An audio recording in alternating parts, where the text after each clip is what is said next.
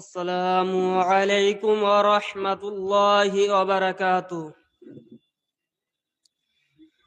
আলহামদুলিল্লাহি ওয়াহদা ওয়াসসালাতু ওয়াসসালামু আলা মান লা নাবিয়্যা বা'দা আম্মা বা'দ ফাকাদ আরশাদাল বারি ফি মুহকামি তানজিলি বা'দা আউযু বিল্লাহি মিনাশ শাইতানির রাজীম বিসমিল্লাহির রহমানির রহিম وقال ربك ألا تعبدوا إلا إياه وبالوالدين إحسانا الآيات. وقال النبي صلى الله عليه وسلم عن أبي هريرة رضي الله تعالى عنه قال رسول الله صلى الله عليه وسلم قال رغم أنفه ثم رغم أنفه ثم رغم أنفه الحديث. সম্মানিত উপস্থিতি, সমস্ত প্রশংসা আল্লাহ তাআলার জন্য, শান্তি অবতীর্ণ হোক আল্লাহ রাসূলের উপর, আল্লাহুম্মা আমিন। আজকে আপনাদের সম্মুখে বিষয়টি নিয়ে দণ্ডায়মান হয়েছি, সেটা হলো ইসলামে পিতামাতার অধিকার। একজন সন্তানের কাছে তার পিতামাতা হচ্ছে অমূল্য সম্পদ এবং সব থেকে প্রিয় এবং সব থেকে আপন। একজন পিতামাতার মাধ্যমে তার সন্তান দুনিয়ার আলো দেখে, একজন পিতামাতার মাধ্যমে তার সন্তান দুনিয়ার বুকে ভূমিষ্ঠ হয়। এজন্য ইসলাম পিতামাতার সম্মুখে যথেষ্ট সম্মান দিয়েছেন।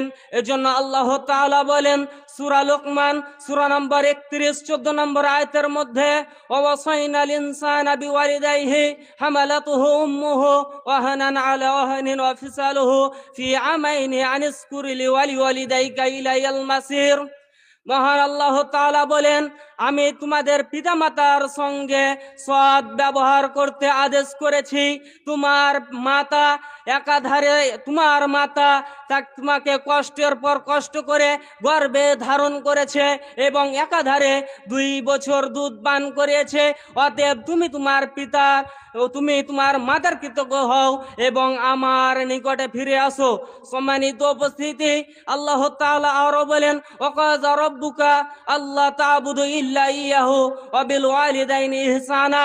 তোমার প্রতিপালক তোমাকে আদেশ করেছে যে তুমি তার ইবাদত ছাড়া কারো ইবাদত করো না এবং তুমি তোমার পিতামাতার প্রতি নম্র এবং ভদ্র ব্যবহার করো। সম্মানিত উপস্থিতি, আল্লাহ তাআলা আরো বলেন সূরা নিসা 36 নম্বর আয়াতের মধ্যে, ওয়াবুদুল্লাহ, তোমরা আল্লাহর ইবাদত করো, ওয়ালা তুশরিক বিহি শাইআ, তোমরা আল্লাহর সাথে কাউকে শিরক করো না, ওয়াবিল ওয়ালিদাইনি ইহসানা, এবং তোমরা তোমার পিতামাতার সঙ্গে নম্র ভদ্র ব্যবহার করো। সম্মানিত উপস্থিতি, আল্লাহ তাআলা যেখানে ইবাদতের কথা বলেছে, আল্লাহ তাআলা সেখানে পিতামাতার সঙ্গে সৎ ব্যবহার করতে আদেশ করেছে। আল্লাহ তাআলা যেখানে তার ইবাদতের কথা বলেছেন, আল্লাহ তাআলা সেখানে পিতামাতার সঙ্গে সৎ ব্যবহার করার আদেশ করেছেন। সম্মানিত উপস্থিতি, এ সম্পর্কে রাসূল সাল্লাল্লাহু আলাইহি ওয়াসাল্লাম বলেন, আব্দুল্লাহ ইবনে আমর রাদিয়াল্লাহু তাআলা আনহু সুইলা রাসূলুল্লাহ সাল্লাল্লাহু আলাইহি ওয়াসাল্লাম। আব্দুল্লাহ ইবনে আমর রাদিয়াল্লাহু তাআলা আনহু হতে বর্ণিত, তিনি বলেন রাসূল সাল্লাল্লাহু আলাইহি ওয়াসাল্লামকে জিজ্ঞাসা করা হলো যে আল্লাহ তাআলার নিকটে সব থেকে পছন্দনীয় আমল কি? আল্লাহ রাসূল সাল্লাল্লাহু আলাইহি সাল্লাম বললেন, আস-সালাতু আলা ওয়াক্তিহা, সময় মতো সালাত আদায় করা। সেই ব্যক্তি আবার জিজ্ঞাসা করলো, সুম্মা ক্বালা আইয়ু ক্বালা, তারপরে কি? সুম্মা বিরুল ওয়ালিদাইন, পিতামাতার সঙ্গে ব্যবহার করা। সুম্মা ক্বালা আইয়ু ক্বালা, তারপরে কি? রাসূল সাল্লাল্লাহু আলাইহি সাল্লাম বলেন, আল জিহাদু ফিসাবিলিল্লাহ, আল্লাহ তাআলার কাছে আল্লাহ তাআলার রাস্তায় জিহাদ হওয়া। সম্মানিত উপস্থিতি, এ সম্পর্কে রাসূল সাল্লাল্লাহু আলাইহি ওয়াসাল্লাম বলেন, আন আবি হুরায়রা রাদিয়াল্লাহু তাআলা আনহু ক্বালা রাসূলুল্লাহ সাল্লাল্লাহু আলাইহি ওয়াসাল্লাম, আবু হুরায়রা রাদিয়াল্লাহু তাআলা আনহু বর্ণিত, তিনি বলেন রাসূল রসুল সাল্লাল্লাহু আলাইহি ওয়াসাল্লামকে জিজ্ঞাসা করা হলো যে আমার কাছ থেকে কে বেশি অধিকার পাওয়ার হকদার। আল্লাহ রসুল সাল্লাল্লাহু আলাইহি সাল্লাম বলেন, ক্বালা উম্মুকা, তোমার মা, সুম্মা মান, তারপরে কে?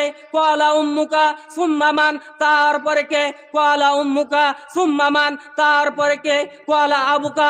সম্মানিত উপস্থিতি, আল্লাহ রসুল সাল্লাল্লাহু আলাইহি সাল্লাম পিতার চাইতে মাতার মর্যাদা 3 গুণ বাড়িয়ে দিয়েছে। আল্লাহ রসুল সাল্লাল্লাহু আলাইহি সাল্লাম পিতার চাইতে মাতার মর্যাদা 3 গুণ বাড়িয়ে দিয়েছে।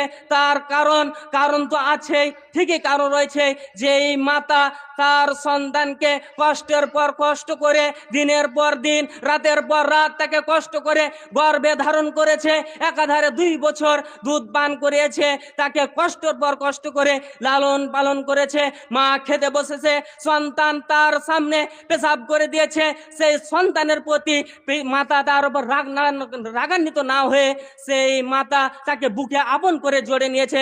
এজন্য আল্লাহ রাসূল সাল্লাল্লাহু আলাইহি সাল্লাম পিতার চাইতে মাতার মর্যাদা অনেক বাড়িয়ে দিয়েছে, মাতার মর্যাদা পিতার চাইতে 3 গুণ বাড়িয়ে দিয়েছে। এ সম্পর্কে রাসূল সাল্লাল্লাহু আলাইহি ওয়াসাল্লাম বলেন, عن أبي هريرة رضي الله تعالى عنه قال رسول الله صلى الله عليه وسلم, আবু হুরায়রা রাদিয়াল্লাহু তাআলা আনহু হতে বর্ণিত, তিনি বলেন, রাসূল সাল্লাল্লাহু আলাইহি ওয়াসাল্লাম বলেছেন, ক্বালা রাগিমা আনফু সুম্মা রাগিমা আনফু সুম্মা রাগিমা আনফু। আল্লাহ রাসূল সাল্লাল্লাহু আলাইহি ওয়াসাল্লাম বলেছেন, সেই ব্যক্তির নাক ধোলাই মলিন হোক, সেই ব্যক্তির নাক ধোলাই মলিন হোক, সেই ব্যক্তির নাক ধোলাই মলিন হোক। কিলা মানিয়া রাসূলুল্লাহি, সেই ব্যক্তিকে আল্লাহ রসুল সাল্লাল্লাহু আলাইহি সাল্লামকে জিজ্ঞাসা করলেন।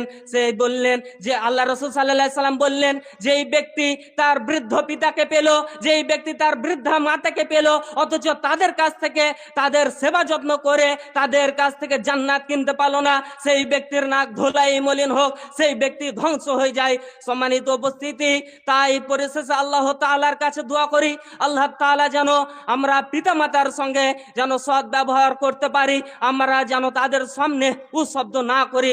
আল্লাহ তাআলা যেন আমাদেরকে সেরকম তৌফিক দান করেন। আমিন। আখির দাওয়ানা আনিল হামদুলিল্লাহি রাব্বিল আলামিন। আসসালামু আলাইকুম ওয়া রাহমাতুল্লাহি ওয়া বারাকাতুহু।